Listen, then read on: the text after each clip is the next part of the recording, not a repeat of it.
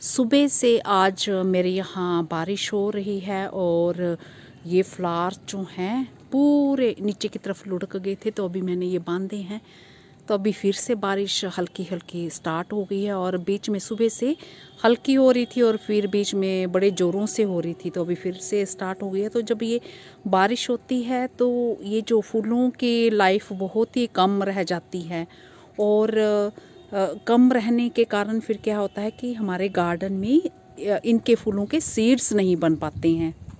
तो एक तो मेन कारण ये हो गया, जैसे नेचुरल तरीके से प्लांट्स के ऊपर जो फूल अपनी लाइफ पूरी करता है और टाइम आने पे सूखते हैं, तो उनमें सीड बनने के जो चांसेस होते हैं वो ज़्यादा रहते हैं। और जब इस तरह से बारिश आ जाती है तो बारिश जब ज़्यादा पड़ती है तो सुबह से जैसे कि बारिश हो रही है तो फूलों की हालत आप देख ही रहे हैं कि किस तरह से नज़र आ रहे हैं। तो इनमें फिर पानी सूखता नहीं है और ये फंगस लग जाती है, तो काले होके ये ख़राब हो जाते हैं, तो सीड फिर वो हमारा तैयार ही नहीं हो पाता। तो मेन एक कारण ये हो गया। और दूसरा जो कारण है वो ये, बारिश में जो है पोलिनेटर नहीं आते हैं।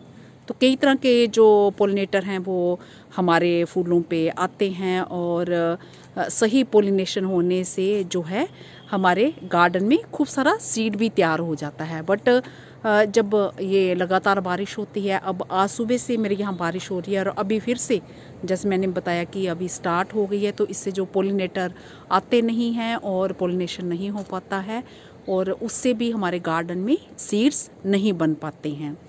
तो ये चीज़ मैंने दो चीज़ तो शेयर कर दी कि बारिश कितना नुकसान करती है हमारे क्रिसैंथेमम के फ्लावर्स को। एक और चीज़ मैं शेयर करूं तो ये क्लियर हो गया कि हमारे सीड्स तैयार नहीं होते हैं।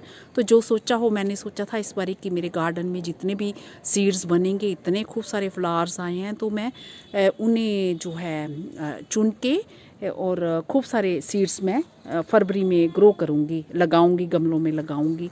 बट जो सोचा हो ज़रूरी नहीं कि वही होता है, भगवान को जो मंजूर हो वही होता है। तो इतनी बारिश में तो अब ये फूलों का तो बुरा हाल हो गया है।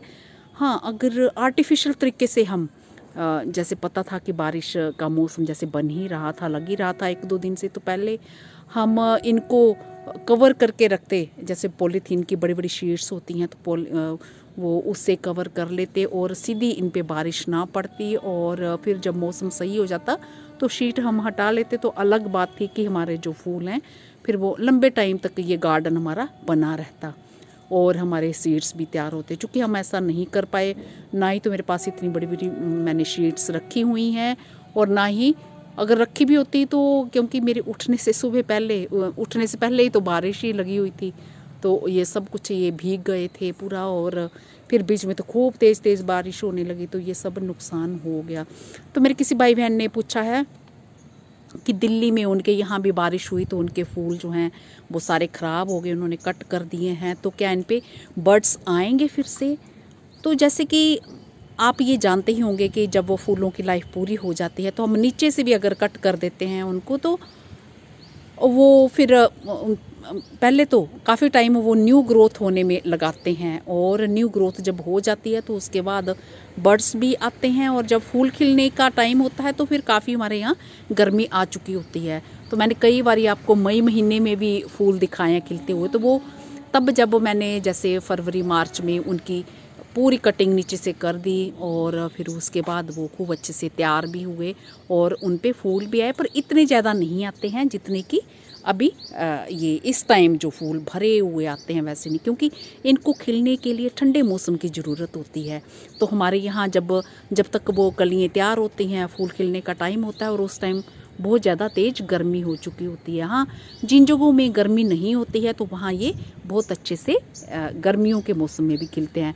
कहने को तो वहाँ गर्मी होती है, पर जैसे तेज़ गर्मी नहीं होती है तो इसलिए वहाँ अच्छे से खिलते हैं, बट हमारे यहाँ नहीं खिलते हैं, जिनके यहाँ पे बहुत हाई टेम्परेचर जाता है। हाँ, एक ये चीज़ ज़रूर हो सकती है कि जैसे कटिंग उन्होंने फूल तो उन्होंने हटा दी हैं, और बीच बीच में जो कुछ एक उनके जैसे प्लांट्स में बर्ड्स बन रहे हैं, छोटे छोटे बर्ड्स जैसे तैयार हो रहे हैं, तो उनको ज़्यादा फ़र्क नहीं पड़ता है बारिश का। तो छोटे छोटे बर्ड्स बन रहे हैं तो वो फिर उनके खिलेंगे अच्छे से, इसी सीज़न में, इसी मौसम में खिलेंगे। तो ये मेरे ख्याल से उनको इस चीज़ का पता चल गया होगा। और ये देखिए बोगनविलिया भी पूरा लुढ़क गया है, पता नहीं कहाँ से कहाँ ये पूरे बारिश ने सारा सब कुछ जो है ये ख़राब कर दिया है गार्डन का। तो मेरा ख्याल है उनको भी ये चीज़ समझ में आ गई होगी कि उन्होंने अगर कटिंग कर दी है और अगर तो छोटी छोटी कटिंग की है, बीच में ऐसे जो बर्ड्स बन रहे हैं तो वो तो उनके अच्छे से खिल जाएंगे। बट जो ज़्यादा कटिंग की है तो वो फिर ग्रोथ होने में टाइम लगाएगा, क्योंकि जब आप स्टेम से कटिंग करते हैं तो फिर वो तो पहले तो उसकी ग्रोथ होनी है और उसके बाद फिर बर्ड्स आते हैं। और तब जब तक बर्ड्स हमारे खिलने के लिए मैच्योर होते हैं तो तब तक फिर हमारे यहाँ गर्म मौसम हो जाता है और वो अच्छे से फिर नहीं खिल पाते हैं। तो मेरा ख्याल है अब आप समझ गए होंगे।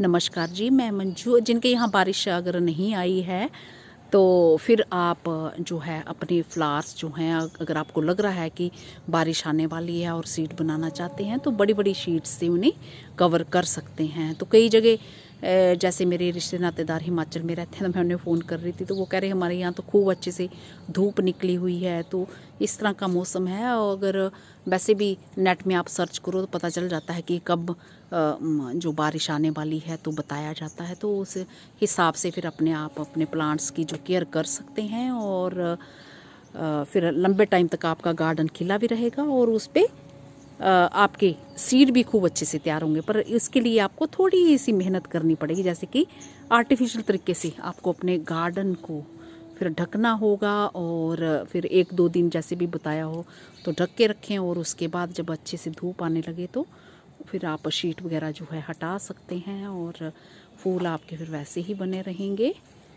तो ये चीज़ आप कर सकते हैं। तो बारिश के छींटे तेज़ पड़ने लगे हैं, इससे पहले कि मेरा कैमरा ख़राब हो। नमस्ते जी, शुक्रिया।